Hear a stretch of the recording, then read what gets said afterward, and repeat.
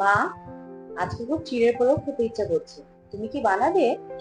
নিশ্চয়ই বানাবো। কাজু কিশমিশ দিয়ে খাবি নাকি এমনি প্লেন খাবি, কোনটা? তুমি যেইভাবে বানাবে সেইভাবেই খাবো।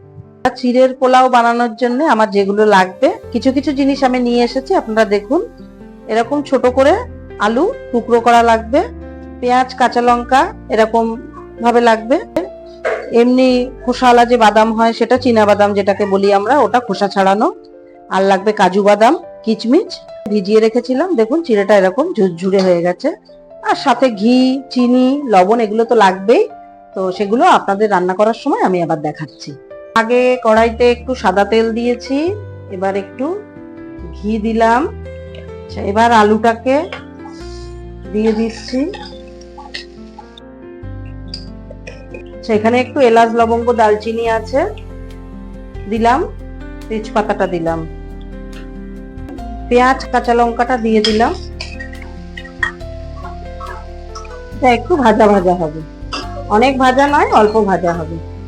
এবার কাজু বাদামটা আর চীনা বাদামটা দিয়ে দিলাম এটার সাথে। এটা একটু ভাজা ভাজা হবে, তারপরে কিশমিশটা দেব। এবার সামান্য একটু হলুদ দিলাম, দিয়ে কিশমিশটা দিয়ে দিলাম। একটু গরম মশলা পাউডার দিলাম, সাথে লবণটা দিয়ে দিলাম, লবণ বেশি দেওয়া যাবে না। এবার চিনি দিলাম। এটা মিষ্টি মিষ্টি হবে পোলাওটা। ভাজা ভাজা হয়ে এসছে, এবার আমি এটাতে চিড়েটা দেব।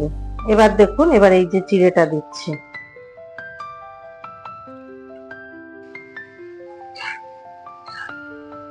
এটা প্রায় হয়ে এসছে, তো সাইড দিয়ে একটু ঘি দিয়ে দিলাম আমি।